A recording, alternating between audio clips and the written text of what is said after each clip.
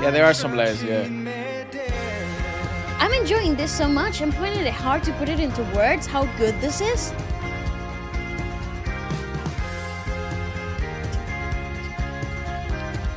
And yeah, it's simplistic. It's music letting be music. Yep.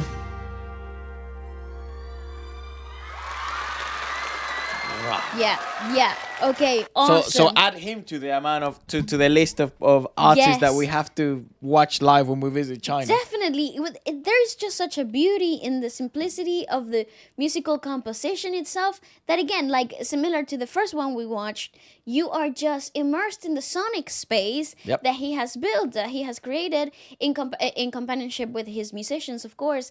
But they're in such harmony, they're in such great understanding of what is required of the song that it really lets you focus on the lyricism, the easy flowing way of how he's conveying his emotions.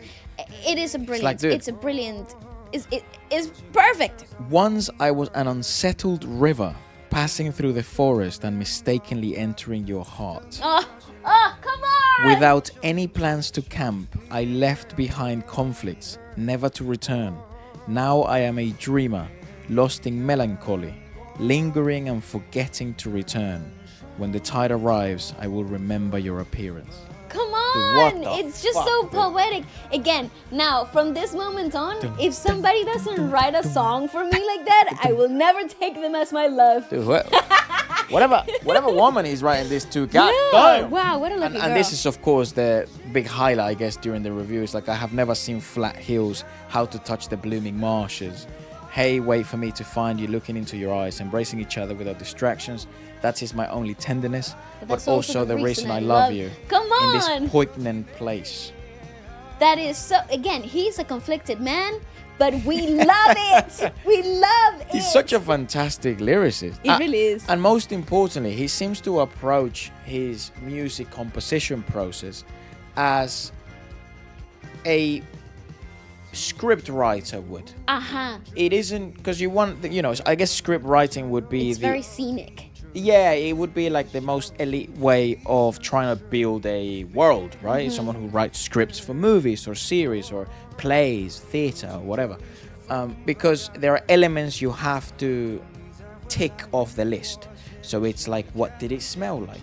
You must sell descriptive environmental You must telling. sell enough the environmental storytelling aspect of it, that those things are a given, but they must comply with the story you're telling on the first plane. But then the second plane might be the subcontext, and then the character subplot, and then their own personalities. So I think it would be really interesting. I mean, I think I've said this now about 5 times in the reviews. He's one of those people that I'll be really interested in sitting down with and having a tea with. Something like can I just put something else into perspective though? We are gushing about his lyricism translated, which holds a lot of value, because think about it, because if the translation still understands the poetic emphasis, the depth of the poetic nature itself. Imagine what in its original language actually possesses, how much more depth and subtext there is that it cannot be described in any other way. So you might be wondering how, because I think a lot of you are aware that we obviously have a podcast and a show in other parts of the world, not just on sort of Chinese. We also have the whole YouTube stuff and like network television in other parts, and work with shows from all over the world in Asia and other parts of the world. And you might be wondering, it's like, well, obviously you guys are musicians and you review music, but how can you sometimes understand some of the aspects of the music or gush out some of the aspects of the lyrics if they're in another language? The best way to explain it, or the criteria we would utilize, would be, is the message, even if it's translated, ignore the lyrics for a portion of time and understand the message that the melody, the chords, the musical execution is trying to portray. Then you have a look at the translated lyrics, and if they match, that means that the song is not only congruent, but it did its job. Therefore, that's a good song. That gets the mark.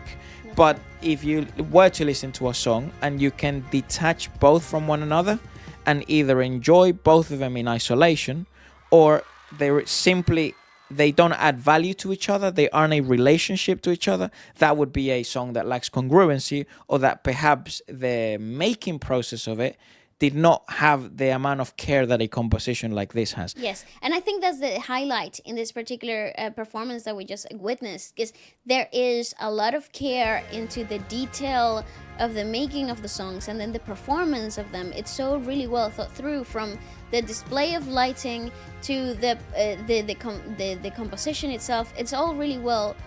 There's a lot of care and love behind it, and those two things really, they really add some extra spice, some extra value to music that cannot be fabricated in any other way.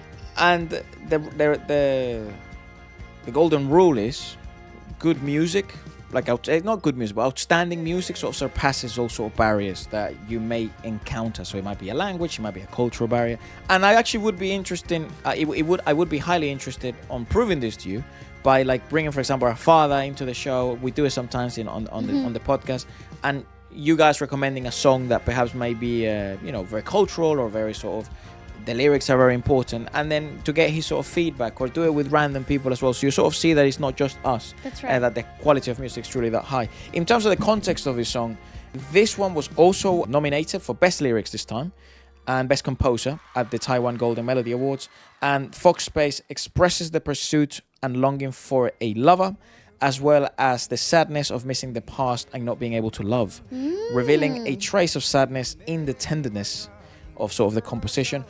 Ding incorporated some tragic emotions into the song, using words and music to construct a poignant place. That's perhaps what the alternative, there wasn't any disdain, but alternative rock is usually quite, I guess the wrong word would be littered, but it's quite related to darker themes.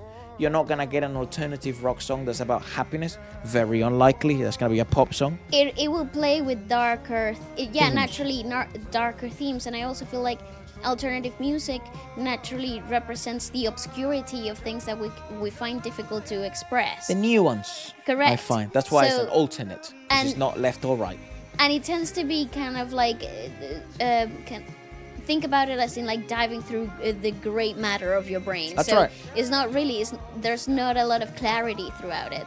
Perfect sort of musical composition for that. Because I guess the hope aspect of it was that sort of tambourine that I'm talking about, that jingle, the brightness of it in the drums, and then the cymbals, because he barely really plays on the hi-hat. It would be quite a shocking sound, but the bell in the cymbal, the ding, ding, ding, it's quite melodic. It's bright and it's melodic, and I think that's one of the main aspects of both of the compositions that are so present, they're so prevalent.